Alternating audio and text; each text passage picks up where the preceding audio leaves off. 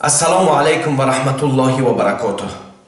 من امروز دوستای عزیز سخت گپ میزنم. خواهش میکنم که نفرانی که خود مخاطب حساب میکنن ناراحت سخت نشوند. در این گپا فکر بکنن. این گپا همش هم تحت دل دوستای عزیز. چون غم جمع شدگی باید بگومش. همین هویدای 5 ساله، همین بیچاره را تجاوز کردن، همه شما میدونین. امروز همین سیامین پدرنعلتی، همین نفری که همین روسی، همین خجالت زده، همین منافق صفتی که همین دخترکی 5 ساله را تجاوز کرد، تا حالی هم میخواهند که دیمنش ببرانن، نمیدونم دیگر چیزی بگیم که سودش نکنن.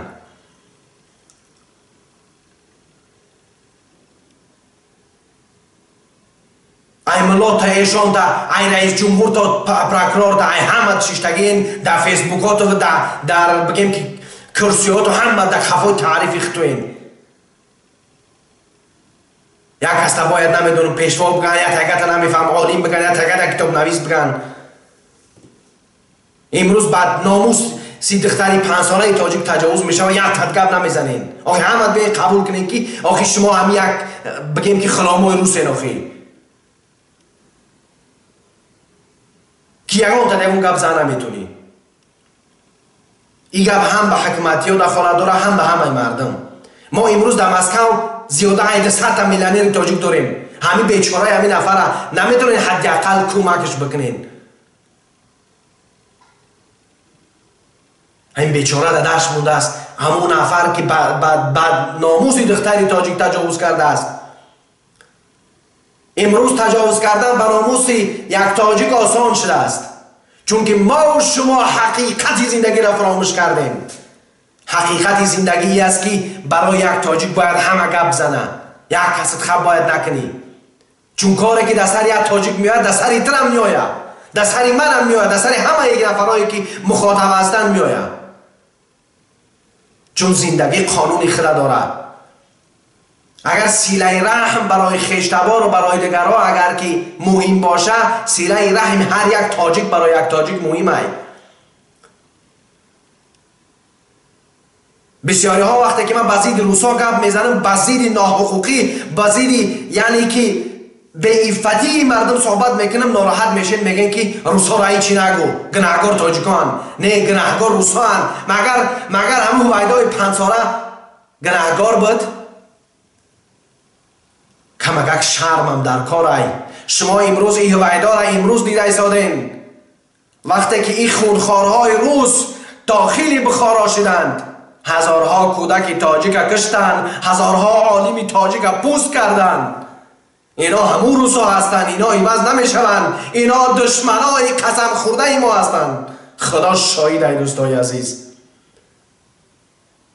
بخندین، بعضی‌ها گوش کنین که این مرد گپ زده ایستاده است. همین خیلی گپ میزنم. همین گپ زنی را که میتونم، همین گپ زنی را دیگه نمونه که گپ زنم. همون نفرایی که پلدار خدا شاهده مال ملک تو اثر تو میمونه، همین بیچاره را کمک کنیم. نخواه که در یک مسکوی کلان یک ادوکتی تاجیک نباشه، نخواه که در یک مسکوی کلان یک بناموس نباشه که این بیچاره را بگیره کاربارش بره. تاجیکای دیگر دنیا همه کسا بخیزین، حداقل صحبت کنید درباره همینا.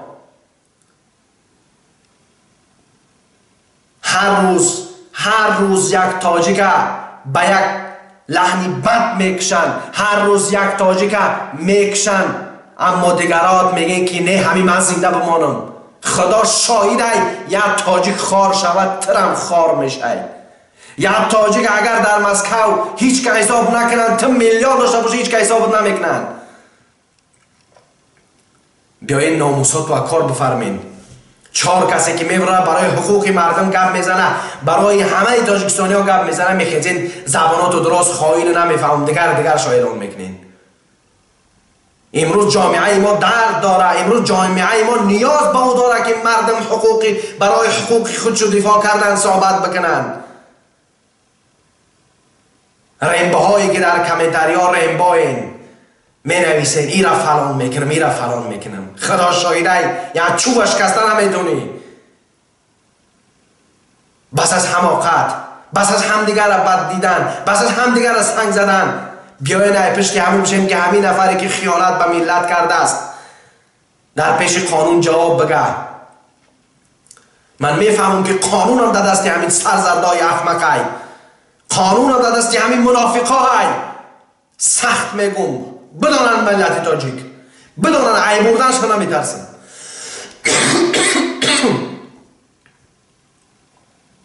که این روزها از روز اول خیانت به این ملت کردن تا روز آخر خیانت میکنن.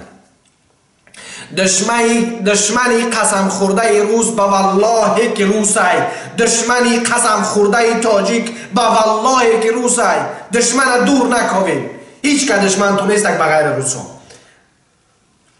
نه پیشرفت کنی تو میمونه. هر روز یک تاجیک کشته زدن، هر روز یک تاجیک گرش میزنه. دختری 5 ساله تاجیک در تجاوز میکنه، یک تدگب نمیزنی برای 4 تنگ پل حرومی روبل. گجای جوان مردی تو، گجای شیری نری تو. در محلچی که بخدا ای شما یکان در محلچی پیدا کرده نمیشه و کد متخفه میشه خفه بشه. میگم سخته حقیقتا. برای همون از شما را دعوت به این میکنم که یک بار بگیرین تاریختون بخونین، نگاه کنین که چه خیانت ای سرزردا به ما از اولی داخل شدن شو، از اولی که وطن ما و شما را از بین بردن، از اولی که خیانت به فرزند تاجیک، خیانت به مادر تاجیک کردن. ببینین چیکار کردن اینا. بعضی ها از روس دوستاری شما با میگن خرچال میشون، خنده میکنن که بچهش روسی گپ میزنن.